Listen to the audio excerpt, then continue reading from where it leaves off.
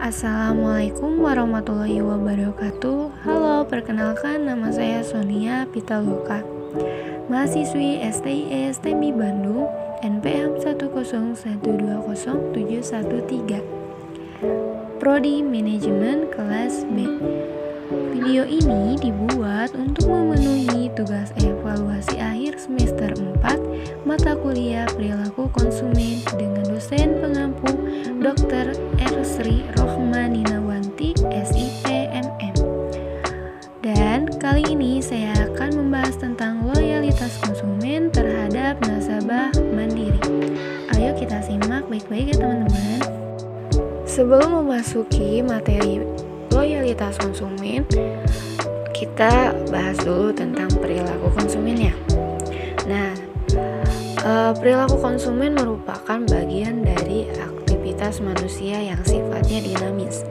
Dengan kata lain, perilaku konsumen selalu mengalami perubahan tidak tetap dan bukan statis.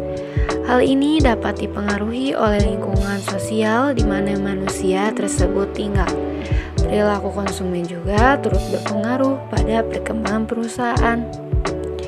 Namun, bagi perusahaan, meski perilaku konsumen selalu berubah-ubah, ada satu perilaku konsumen yang selalu diharapkan suatu perusahaan, yaitu loyalitas. Kita akan membahas tentang loyalitas konsumen terlebih dahulu.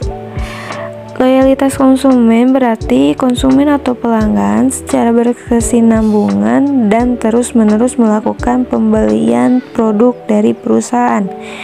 Loyalitas konsumen dapat diartikan sebagai kesetiaan konsumen atas suatu produk, bisa berupa barang ataupun jasa yang ditawarkan suatu perusahaan.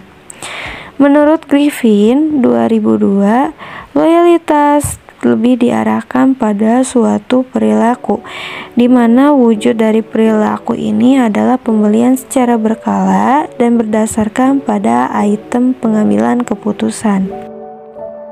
Adapun cara meningkatkan loyalitas konsumen yaitu dengan cara 1. Membangun komunikasi. Hal ini sangat penting dalam meningkatkan loyalitas konsumen. Adanya komunikasi, konsumen pun akan merasa diperhatikan oleh perusahaan kita. Lalu yang kedua, menciptakan sebuah inovasi. Nah, dalam perusahaan menciptakan sebuah inovasi yang dapat menarik minat dan loyalitas konsumen. Yang ketiga, aktif dalam media sosial. Dalam media sosial berperan penting sekali dalam memasarkan sebuah bisnis, karena konsumen sekarang lebih tahu dari sumber media sosial. Nah, ini tuh bisa menjadi menjangkau calon pelanggan. Lalu yang keempat, meminta review atau feedback. Saat kita meminta review dari konsumen atau mendapatkan review, itu berarti fokus dan perhatian mereka terarah pada bisnis kita. Nah, yang kelima itu membuat promosi. Hal yang terpenting sekali untuk meningkatkan promosi. Membuat promosi dengan tujuan yaitu mendapatkan loyalitas konsumen. Contohnya dengan promosi buy one get one. Baik, kita akan membahas tentang loyalitas konsumen terhadap nasabah Bank Mandiri. Sebelum kita membahas, langkah baiknya kita harus tahu dulu tentang Bank Mandiri. Bank Mandiri dibentuk tanggal 2 Oktober 1998 dan 4 bank asalnya efektif mulai beroperasi sebagai bank gabungan pada tanggal 31 Juli 1999. Bank Mandiri terus melakukan inovasi pelayanan. Salah satunya melakukan transformasi loyalty program Fiesta Point yang diganti menjadi Livin Point. Berikut wawancara saya dengan salah satu nasabah Bank Mandiri.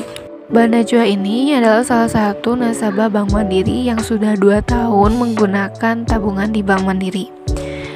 Mbak Najwa ini seorang mahasiswi dan mempunyai usaha online shop fashion muslim. Dan selama usahanya beliau menggunakan rekening Bank Mandiri. Menurut Mbak Najwa, semua bank pasti ada plus minusnya, karena semua bank sudah melakukan pelayanan yang terbaik untuk konsumennya. Penggunaan kembali lagi kepada konsumen, bagaimana kita menggunakannya dengan baik dan benar. Lalu Mbak Najwa berpendapat bahwa Bank Mandiri adalah salah satu bank terbaik dari segi pelayanan dan produk.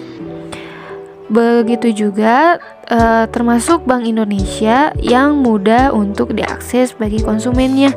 Itulah yang membuat Mbak Najwa setia menggunakan Bank Mandiri. Halo, bersama saya dengan Sonia Pitaloka dengan teman saya Najwa Nisa. Halo. Nah, ini adalah teman saya yang menggunakan Bank Mandiri. Menggunakan tabungan apa ya, Mbak? Kebetulan saya pakai tabungan now yang debit gold bisa. Oh, untuk per bulannya biaya adminnya berapa ya, Mbak? Per bulannya 12.500 dengan kartunya 4.500 per bulan. Mulai bulan Maret sampai sekarang adminnya jadi 5.000 per bulan. Oh, jadi turun gitu ya, Kak? Alasan kenapa Mbak pakai Bank Mandiri? Kebetulan juga saya punya usaha kecil ya, kecil-kecilan kayak online shop gitu. Karena customer saya juga beberapa ada yang pakai Mandiri, jadi lebih bisa. Apakah selama transaksi menggunakan Bank Mandiri itu lancar atau ada kendala juga? Kadang-kadang lancar, kadang juga ada errornya sih, tapi alhamdulillah ya lancar. Oke.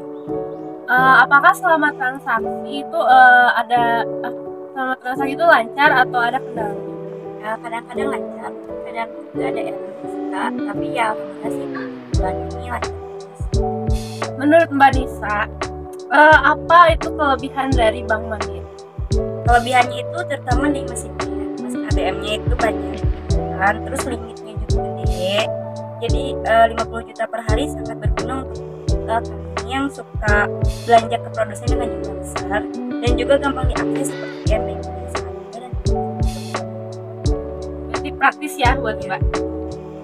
Nah, apa sih keuntungan yang didapat dari Bank Mandiri untuk Mbak? Biaya adminnya kecil, terus limit transfernya yang besar, juga bisa transfer ke rekening luar negeri dan juga beberapa loyalty. Menurut Mbak Nisa, apa yang membuat Mbak Nisa setia sekali menggunakan? Karena saving money yang aman, mudah dan sudah ada di sini. Oke Mbak Nisa, terima kasih atas waktunya untuk wawancara sama saya. Dah segitu aja ya guys, terima kasih. Cukup sekian yang bisa saya sampaikan. Mohon maaf apabila ada kekurangan materi dan perkataan. Semoga bermanfaat bagi kita semua. Dan jangan lupa like, comment, and share. Sonia pamit undur diri dan terima kasih. Wassalamualaikum warahmatullahi wabarakatuh.